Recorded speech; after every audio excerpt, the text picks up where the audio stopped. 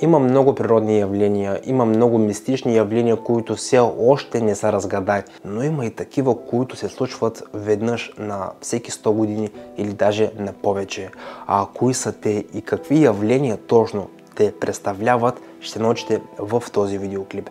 В това видео, приятели, ще научите много интересни факти и много интересни явления, които едва ли сте ги виждали преди това. Също така, в края на видеоклипа бих искал да видя вашите коментари точно за кои явления знаехте и за кои не. Бих се радвал да отговоря на вашият коментар.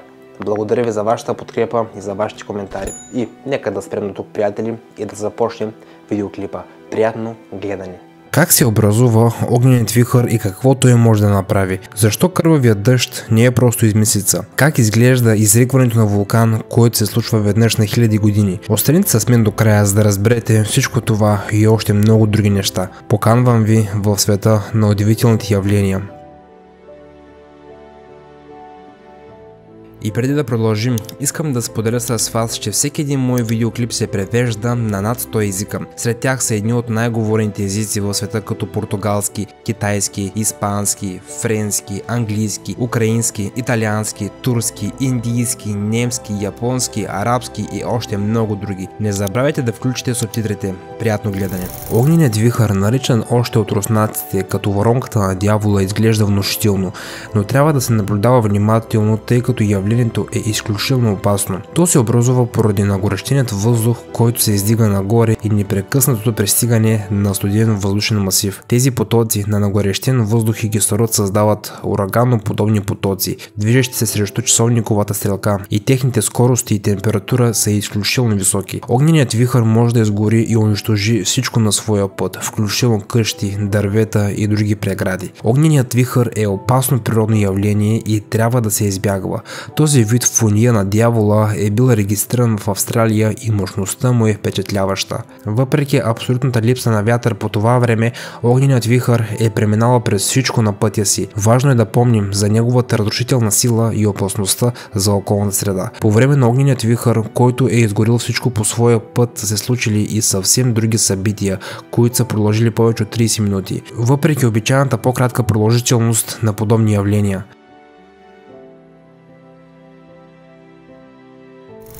В Австралия се е появило естествено явление с несравнима красота, което са го застели на камера едва след десетилетия. Става въпрос за цунами, който се спуска от небето. Масивна вълна, която просто започва да накрива езера и други места. Предполага се, че това явление е резултат от съчетание на вятър, прах, гръмотевици и дъжд, наречено елфови облаци или небесно цунами. То се намира на ниска височина над земята и имат необичайна арковидна форма, която заедно с разстоянието им от земята създава този ефект. Произходът на този феномен все още е неизвестен, но най-важното е, че небесните цунамита не представляват опасност, но в същото време изглеждат впечатляващо.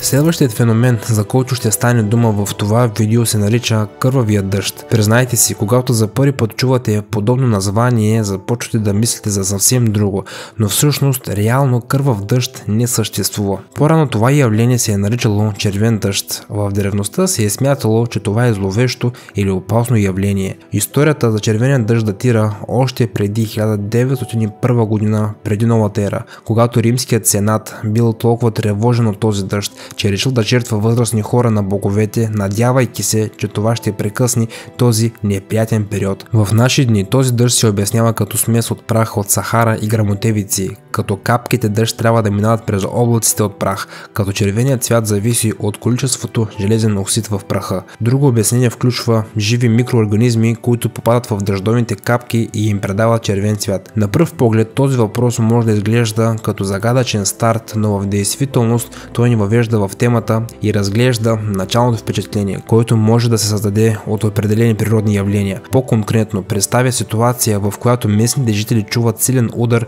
преди настъпването на дъжда, който им напомня за атмосферно събитие или извънземно нападение. Впоследствие се изяснява, че това не е резултат от астероиден удар, а по-скоро се дължи на атмосферен дисбаланс. Какво представляват супер ячейките и тяхната връзка с атмосферните условия?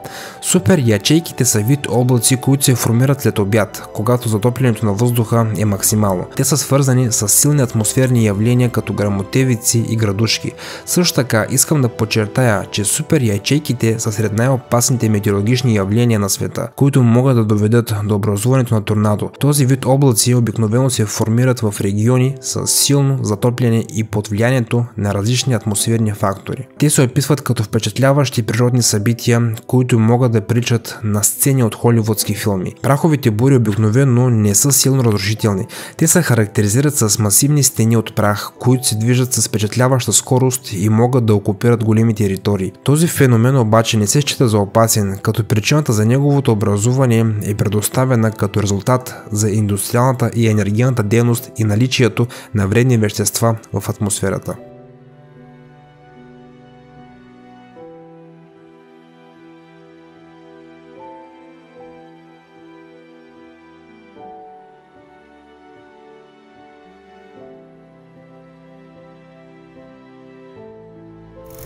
Великият смог в Лондон през 1952 година.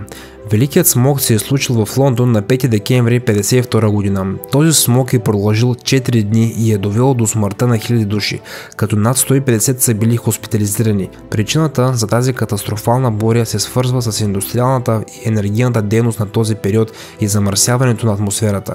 Наистина ли съществуват случаи, когато природните сили могат да доведат до извънредни ситуации? В Лондон, например, икономическият ръст е предизвикало увеличаване на производството на газове в атмосферата, което от своя страна е довело до огромни количества смог. Неблагоприятните метеорологични условия и замърсяването на въздуха също са допринесли за тази криза. Смогът се е проявил като гъста мъгла, която основно е настъпила в града. Това много е затруднило живота на местните хора. Също така е създало сериозни здравословни проблеми в хората.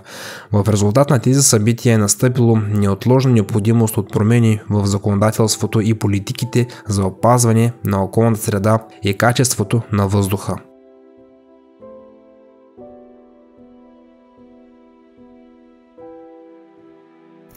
Следващото явление е добре познато на всички ни, но едва ли в подобни размери. Някой от вас някога през живота се виждал ли толкова обилен валеж на градушки и с такива размери? Предполагам се досещате какво следва, след като за минимално кратко време паднат максимално количество големи топки градушки. Вместо да ви говоря с думи, бих искал да ви покажа снимков материал до какво те могат да доведат. През 2010 година в американският щат Южна Дакота са паднали рекорден брой градушки. Също така и едни от най-големите градушки са регистрирани там.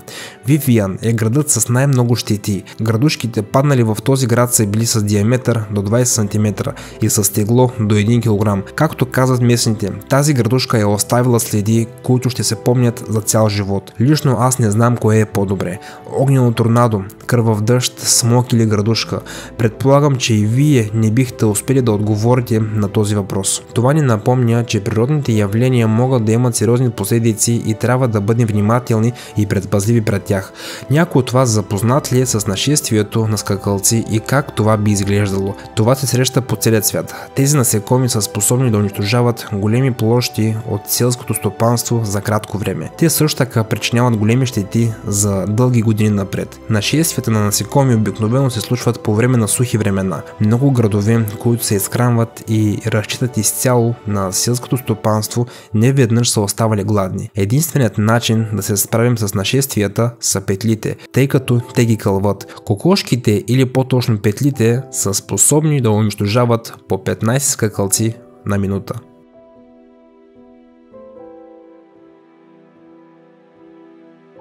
За колко от тези явления знаехте и за колко не, предполагам, че знаете, трябва да напишете долу в коментарите, а аз ще ви отговоря. В последно време започна да получавам много коментари от много други държави, такива като Гърция, Испания, Италия, Франция, Португалия, Русия, Беларус, Турция и още много други държави.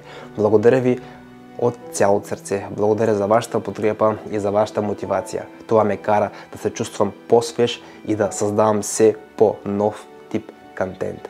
Благодаря ви за отделеното време, приятели. Аз бях Айхан Инфа. Не забравяйте, приятели, долу в коментарите да споделите какво е вашето мнение въобще за този видеоклип. Хареса ли ви, не ви ли хареса и по-точно коя част ви хареса, а коя не. За всичко това, приятели, решавате вие.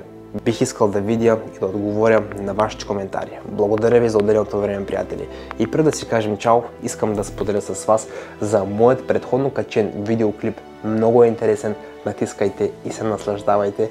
Също така искам да споделя с вас за този прекрасен плейлист с всички интересни и качени видеа от мен в YouTube. Чао, приятели, и до скоро!